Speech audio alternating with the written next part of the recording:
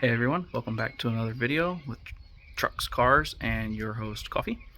Hope you enjoyed parts 1 and parts 2, the overview and teardown. Today we're going to be working on retrofitting the go-kart for the new components. As you can see, there's nothing left of the old system that runs it. There's no motor, no battery, no ignition, no transmission shifter. Got rid of the throttle and choke cables, and then right now we just got rid of that throttle, and the brake still works just fine, and our dash is empty and ready to accept new components. So in the last video at the end, I asked those of you who watched, leave a comment about what you think I should do with the cage that was left from the old motor. I got some feedback, and between thinking about it and talking to some other people, I think I'm going to leave it, and here's why.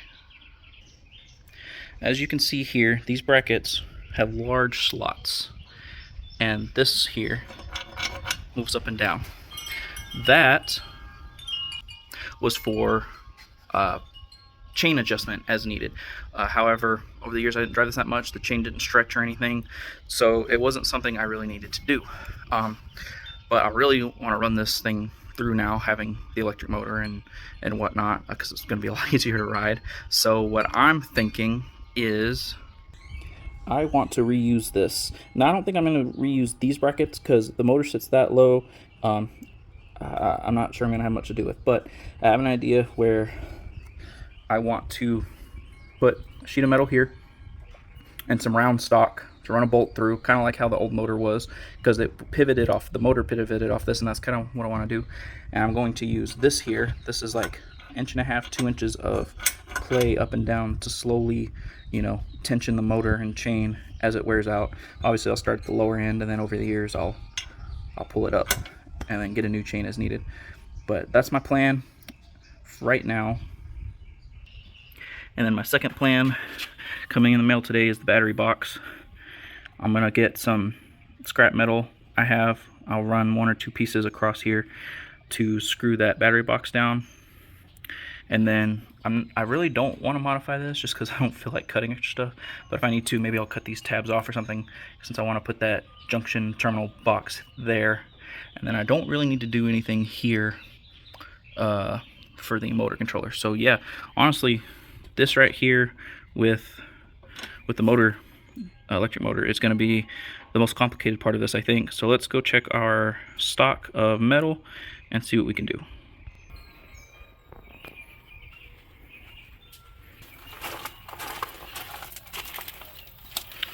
Back here, let's see here, have some angle iron. Maybe I can use that, put the battery box on.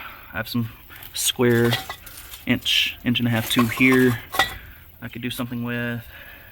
But what I was thinking for, oh perfect, I have some, yeah, I do have some round stock. So this is what we built our metal roof out of. These are leftover pieces. I have a lot more down there. I think I want to take this and put the round stock, put the round stock across this way right here, run that bolt through, and then run another bolt through with that adjustment plate and run that up and down here. So I think that's what I want to do.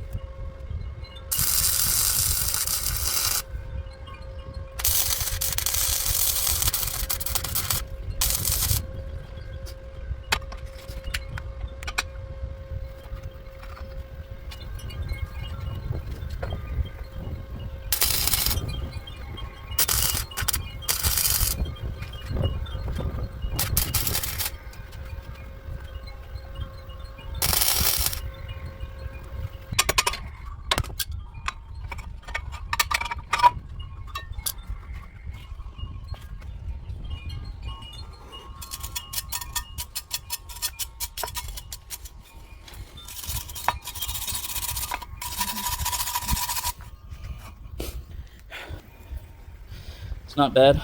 Never said I'm a welder. And how's that saying go? A welder in paint, or a grinder in paint, make the welder I ain't. And I think that's what's gonna happen here. Mainly paint, but as you can see, it's on pretty good. Next, I need to line up holes here and here to line up with that bracket that is down there. It's still very hot.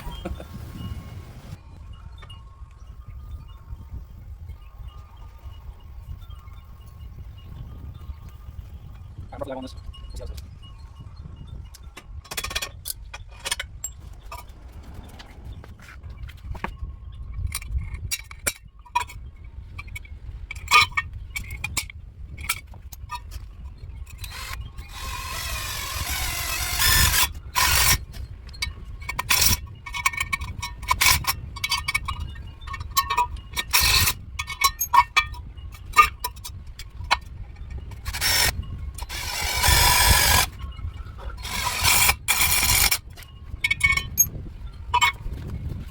I think my eyeballing that was pretty good.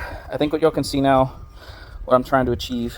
So this here is on a pivot, fixed point, and this can go up and down. I'll have it at the lowest point, and then over time, if the chain stretches or anything, you can lift this back up and tighten it, and it has double nut. It'll pinch it. So I think that'll work fine. I'm gonna take this apart, get it painted, and then yeah, next we can work on the battery tray. I almost forgot, guys. Before we move on to the battery box, we need to make the mounting holes for the motor.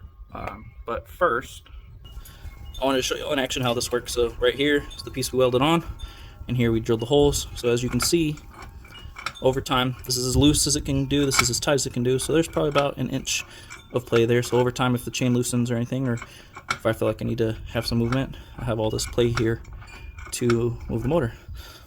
So now let's figure out how to get the correct motor placement while doing this upside down. All right, here we have the motor. I'm gonna try and lift it up in its place, roughly in line with the sprocket on the go-kart, with the sprocket on the motor. I'm just gonna do like one outside line here, or maybe two holes or something, and that gives me an idea of where to drill the rest of these. So here we go, without dropping it.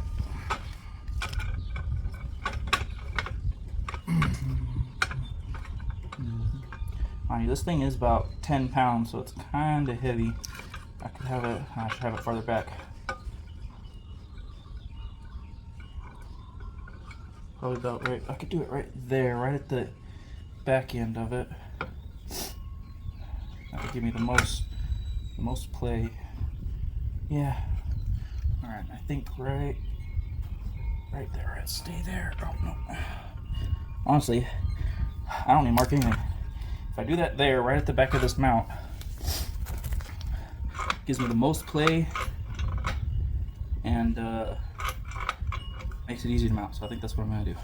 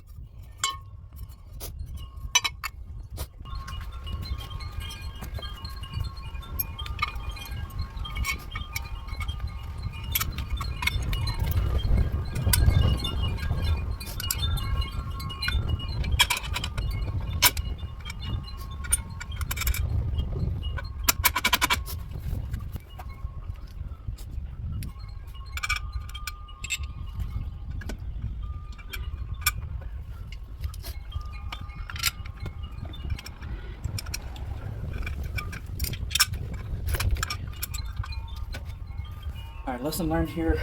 I think after getting this on, the lesson is actually put the motor on before putting this in.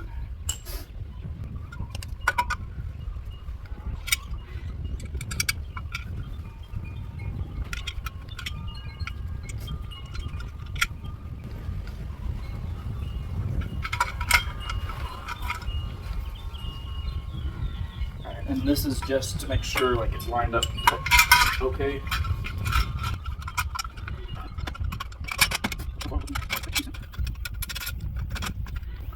Oh yeah, that's very good. All right, that looks real good. I'm very happy with that. Hey guys, so I'm back after that last clip. I did a little bit of widening these holes here than what you originally saw. That way I can adjust the motor left or right as needed. I did that on the front and back holes. Right now I only just have a couple of them in to kind of place it, but as you can see, it lines up perfect with the rear sprocket right there. And then it does exactly what we want it to do for the future of adjustability, chain tension to loosen and tighten. So yeah, that's pretty much all there is to do on this piece here. Now we'll be just taking it off and painting it. But first, because I want to paint everything at once, I got the battery box in. Here we are. It perfectly fits the battery that we ordered. Was thinking about having it this way, and I think that's doable. Across these members here. Let me take this lid off, that way we can look inside. So right here are kind of the mounting holes. That's kind of what I want to line up on the frame here. So I could do right here. It would line up with here, here, and here. I would need to add a cross member there, but somehow it feels kind of tight. I'm not sure how. Maybe I move it over. Not sure. Or I was thinking maybe like this.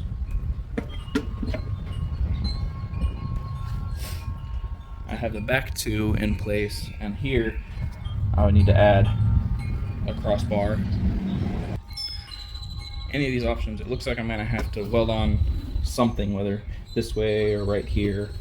So I guess it's gonna be what I want for clearance, what I'm looking for, because I think my biggest issue is the spring over here.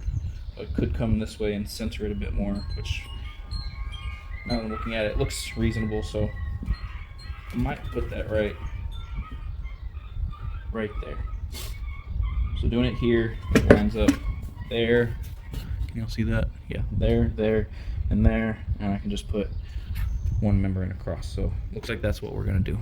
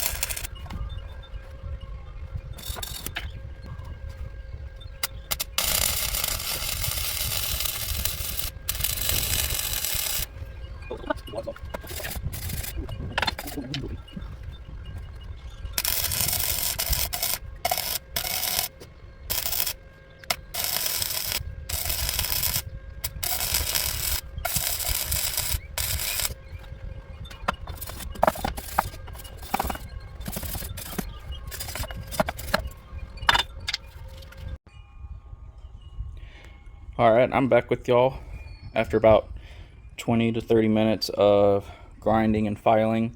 This was stuff y'all didn't really need to see. Who wants to watch a time lapse of me grinding? So I got down the welds pretty flat, and then I went ahead and took my cutoff wheel and cut off the sides of this old battery box, and then I took my file and filed it down so it's pretty good. That way the wires can come in easy now. So next thing I'm going to do is get all the holes in for everything we're mounting to this, and then now it's time to paint.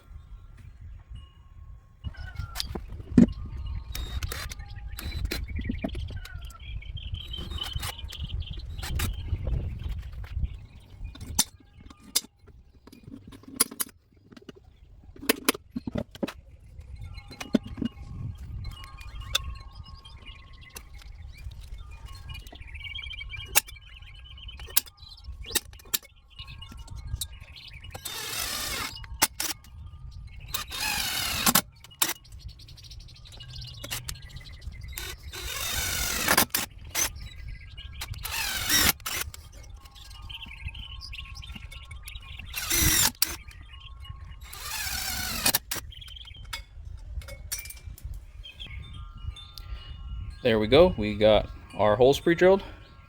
Now time for that old saying, grinder and paint, make a welder I ain't, onto the paint.